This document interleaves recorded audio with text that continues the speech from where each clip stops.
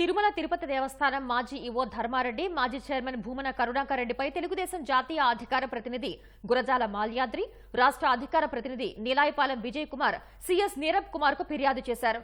వైకాపాకు లబ్ధి చేకూర్చేందుకు ధర్మారెడ్డి, భూమన కరుణాకర్ రెడ్డి అక్రమాలకు తెగబడ్డారని, సాంప్రదాయాలకు విరుద్ధంగా నడుచుకున్నారని, వారిపై సిబిసిఐడి లేదా విజిలెన్స్ విచారణ జరిపి అక్రమాలను వెలికితీయాలని కోరారు. వైఎస్ రాజశేఖర రెడ్డి మాదిరిగానే సాంప్రదాయానికి విరుద్ధంగా ఐఏఎస్ అధికారి కాకుండా ధర్మారెడ్డికి జేఈఓగా, ఆ తర్వాత ఈవోగా జగన్ రెడ్డి ప్రభుత్వం నియమించిందని ఆరోపించారు. తిరుమల శ్రీవారిని దర్శించుకునే బడా పారిశ్రామికవేత్తలు, వ్యాపారవేత్తలతో తనకున్న పరిచయాలను దుర్వినియోగం చేస్తూ ఎన్నికల సమయంలో వైకాపాకు విరాళాల సేకరణకు మధ్యవర్తిగా ధర్మారెడ్డి వ్యవహరించారని విమర్శించారు.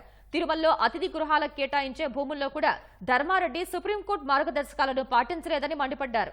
ధర్మారెడ్డి మొబైల్ ఫోన్ కాల్ డేటాను పరిశీలిస్తే జగన్మోహన్ రెడ్డిని క్రిమినల్ కేసుల నుంచి కాపాడేందుకు ఢిల్లీలో ఏ విధంగా కుతంత్రాలు చేశారు అన్నది స్పష్టంగా తెలుస్తుందని లేఖలో పేర్కొన్నారు.